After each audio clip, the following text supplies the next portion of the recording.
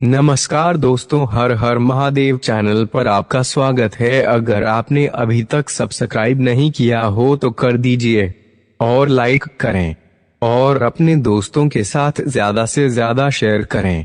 दोस्तों, 17 जुलाई सावन का दूसरा सोमवार तुलसी में बांधते यह एक चीज गरीबी हो जाएगी दूर और पुरानी से पुरानी बीमारी और कष्ट दूर हो जाएंगे। रातों रात आपकी किस्मत पलट जाएगी और हो जाएंगे मालामाल। दोस्तों, करीब 400 वर्षों बाद महासंयोग बन रहा है।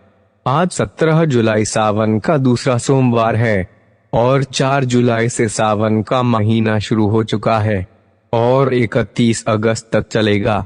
सावन के महीने में इस बार भोलेनाथ की सर्वाधिक कृपा बरसी की इस साल 8 सोमवार है। इस तरह इस बार सावन 59 दिनों का होगा। 18 जुलाई से 16 अगस्त तक सावन अधिक मास रहेगा। इसे मलमास या पुरुषोत्तम मास भी कहा जाता है। शास्त्री जी इसे और स्पष्ट करते हुए बताते हैं कि वैदिक पंचांग की गणना और मास और चंद्रमास के आधार पर होती है। एक चंद्रमास 354 दिनों का जबकि एक सौर मास 365 दिनों का होता है।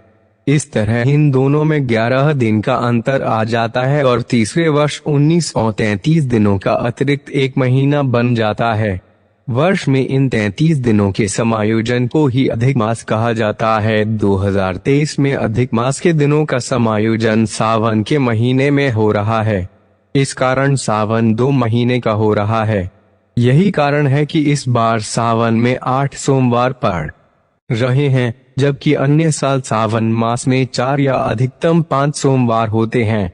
यही नहीं, इस साल रक्षाबंधन भी 31 अगस्त को पड़ रहा है, जबकि सामान्य तौर पर यह 10 से 15 अगस्त के बीच पड़ता है। सनातन धर्म में व्रत, भक्ति और शुभ कर्म के 4 महीने को चातुर्मास के नाम से जाना जाता है।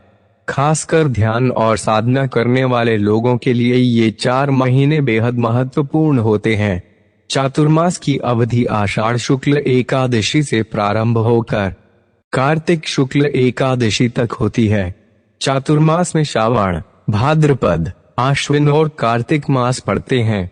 चातुर्मास के प्रारंभ को ही देवशयनी एकादशी कहा जाता है, वहीं अंत को देवोत्थान एकादशी। चातुर्मास में पड़ने वाला सावन इस बार 59 दिनों का है, इसलिए चातुर्मास भी 5 महीने का होगा। इसका मतलब है कि भगवान विष्णु 5 महीने तक योग निद्रा में रहेंगे।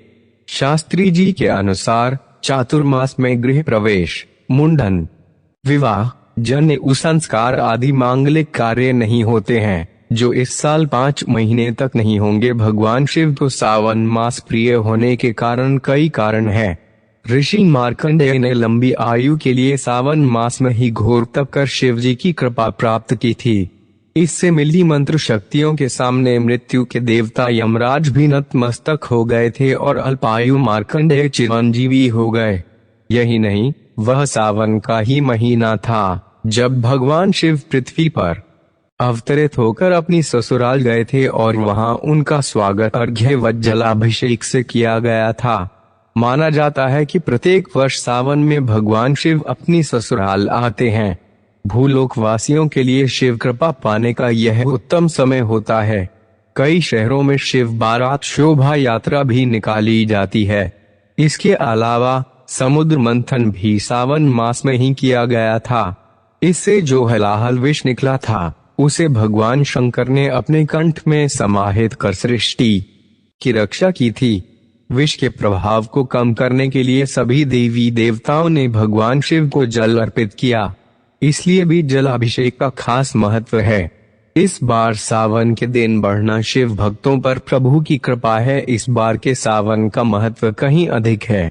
इसका कारण है कि एक तो सावन का महीना 59 दिनों का हो रहा है, दूसरा सावन मास मणिकांचन योग में होगा। मलमास में सावन का पड़ना दुर्लभ संयोग है। शास्त्रों में बताया गया है कि तुलसी के पौधे की पूजा के समय नियमों का ध्यान न रखा जाए तो मां लक्ष्मी रुष्ट हो जाती हैं और घर छोड़कर चली जाती हैं। शास्त्रों के अनुसार रात के समय या सूर्यास्त के समय तुलसी के पौधे को भूलकर भी नहीं छूना चाहिए। अगर रात के समय तुलसी के पौधे को स्पर्श किया जाए तो इससे धन हानि होती है। इसके अलावा रात में तुलसी में कभी भी जल अर्पित नहीं करना चाहिए। धार्मिक मान्यता है कि तुलसी के पौधे को रविवार के दिन भूलकर भी नहीं स्पर्श करना चाहिए। इतना ही नहीं, इस दिन तुलसी के पौधे को पानी देने की भी मनाही होती है। कहते हैं कि रविवार के दिन तुलसी माता का व्रत होता है। वहीं एकादशी तिथि को भी तुलसी को जल देने की मनाही होती है।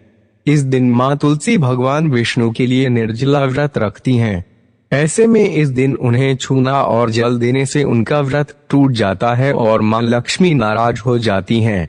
तुलसी पर एक लाल धागा बांधने से आपकी सारी तकलीफ दूर हो जाएगी, धन प्राप्ति होगी, सारे कष्ट दूर होंगे, सारी मनोकामना पूरी होगी। लाल धागा न मिले तो लाल चुनरी बांध दीजिए, इससे आपको जरूर लाभ होगा।